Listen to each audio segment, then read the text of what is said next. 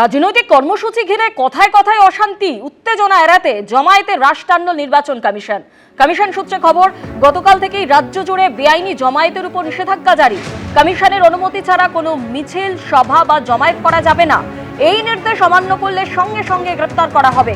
এমনকি সিও দপ্তরে যাবার ক্ষেত্রেও আগে থেকে অনুমতি নেওয়া বাধ্যতামূলক করা হয়েছে। সিও দপ্তরের কাছে তৃণমূলপন্থী সংগঠন বিএলও অধিকার রক্ষা কমিটির ধর্ণা মঞ্চ নিয়েও সতর্ক বার্তা কমিশনের। সিও দপ্তরের কাছে মঞ্চ বেঁধে ফের বিক্ষোভ দেখানোর চেষ্টা হলে সংশ্লিষ্টদের দ্রুত সাসপেনশনের চিঠি ধরানো হবে। নির্বাচন কমিশন সূত্রে এমনই খবর মিলেছে। মঙ্গল ও বুধবার দফায় দফায় অশান্তির পর সিও দপ্তরের বাইরে দুটি বিক্ষোভ মঞ্চ ভেঙে দেওয়া হয়েছে।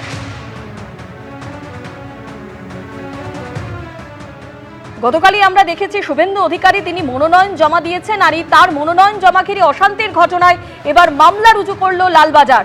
নির্বাচন কমিশনের অভিযোগের ভিত্তিতেই মামলা দায়ের করা হয়েছে। পুলিশের বাধা সত্ত্বেও সার্ভে বিল্ডিং এর বাইরে তৃণমূলের তরফে মাইক বাজানো হয় এবং ধুন্ধুমার পরিস্থিতি তৈরি হয় সেই মুহূর্তে।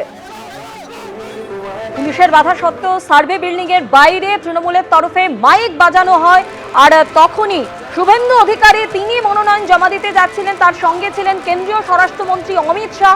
একেবারে ধুন্ধুমার পরিস্থিতি তৈরি হয় ওই মুহূর্তে।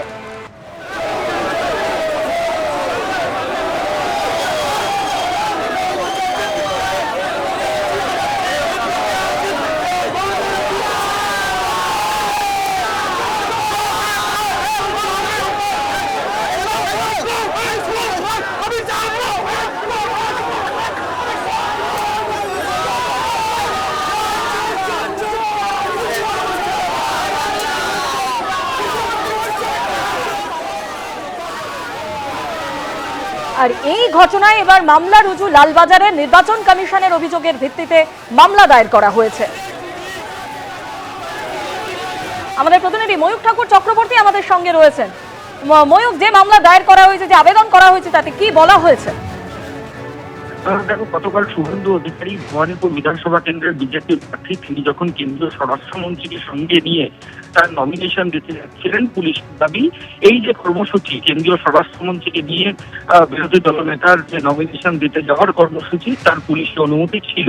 কিন্তু যে ছবি দেখতে পাওয়া গেছে, নমিনেশন যেখানে গ্রহণ করা হবে সার্ভে বিল্ডিং, গেটের বাইরে 50 মিটারও দূরত্ব নয়, সেখানে একটা লাইট পোস্টের মধ্যে বিভিন্ন বড় বড় লাউড স্পিকার লাগানো এবং তাতে কন্টিনিউয়াসলি তৃণমূল কংগ্রেসের পার্টির যে গান সেগুলো চলছিল।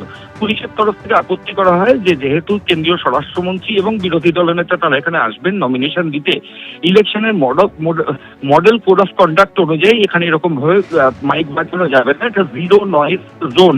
কিন্তু পুলিশের দাবি বারবার, এই দাবি তৃণমূল কংগ্রেসের নেতৃত্বের কাছে করা সত্ত্বেও ওখানে যে সমস্ত লিডারশিপ ছিলেন বা যারা কর্মীরা ছিলেন, তারা পাল্টা পুলিশকে বলেন যে আপনারা এই নথি দেখান, ডকুমেন্ট দেখান যে কোথায় মাইক বাজানো যাবে না, এটা লেখা আছে। এই নিয়ে দুপক্ষের মধ্যে উত্তপ্ত বাক্য বিনিময় হয়, কিন্তু পরবর্তী ক্ষেত্রে সেই মাইক খুলতে দেখা যায়নি। এর মধ্যেই শুভেন্দু অধিকারীর কনভয় যে মিছিল সেটা ওখানে চলে আসে, কেন্দ্রীয় স্বরাষ্ট্রমন্ত্রী চলে আসেন, ওখানে একটা হট্টগোলের পরিস্থিতি তৈরি হয়, দুপক্ষের ওপর ঝামেলা এবং হাতাহাতির পরিস্থিতি তৈরি হয়। এই গোটা ঘটনায় যেহেতু model code of conduct violate হয়েছে এবং পুলিশ আধিকারিকদের যে নির্দেশ যেটা ছিল সেটা স্থানীয় তৃণমূল কংগ্রেসের নেতৃত্ব শোনেননি, আর ঠিক সেই কারণেই ইলেকশন কমিশন একটা কমপ্লেন দিয়েছে এবং আলিপুর থানাতে অজ্ঞাত পরিচয় তৃণমূল কর্মীদের বিরুদ্ধে একটা এফআইআর হয়েছে। মুখ্যমন্ত্রী মমতা বন্দ্যোপাধ্যায়ের বাড়ি হরিশ চ্যাটার্জি স্ট্রিট, তার সামনেও ওই একই ধরনের পরিস্থিতি তৈরি হয়েছিল এবং সেখানেও আরেকটা সেপারেট কেস হয়েছে কালীঘাট পুলিশ স্টেশনে। অর্থাৎ কালীঘাট এবং আলিপুর থানায় নির্বাচন কমিশনের দায়ের করা অভিযোগের প্রেক্ষিতে দুটো আলাদা এফআইআর হয়েছে মডেল কোড অফ কন্ডাক্ট ভায়োলেশনের জন্য। একদমই ময়ূক, তুমি আমাদের সঙ্গে থাকো। দুটি ঘটনার ছবি আপনাদের সামনে রেখেছি। একদিকে আলিপুর, সেখানে যেভাবে উত্তেজনার পরিস্থিতি সৃষ্টি হয়, অন্যদিকে কালীঘাটে অমিত শাহ রোড শো ঘিরেও তৃণমূলের বিক্ষোভের ঘটনা।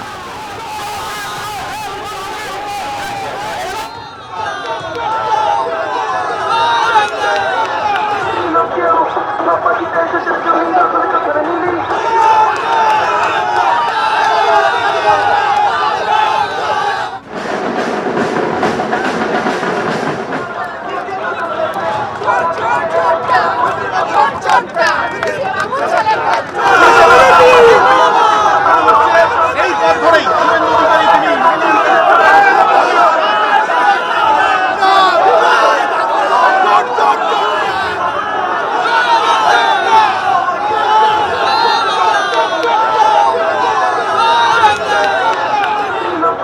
এর আগে আলিপুরের ছবি যেমন আপনাদের দেখিয়েছিলাম, শুভেন্দু অধিকারীর মনোনয়ন জমা দেওয়ার সময় অশান্তির ঘটনা, তৃণমূলের বিক্ষোভের ঘটনা, আর পাশাপাশি কালীঘাটের ছবিও আপনারা দেখলেন।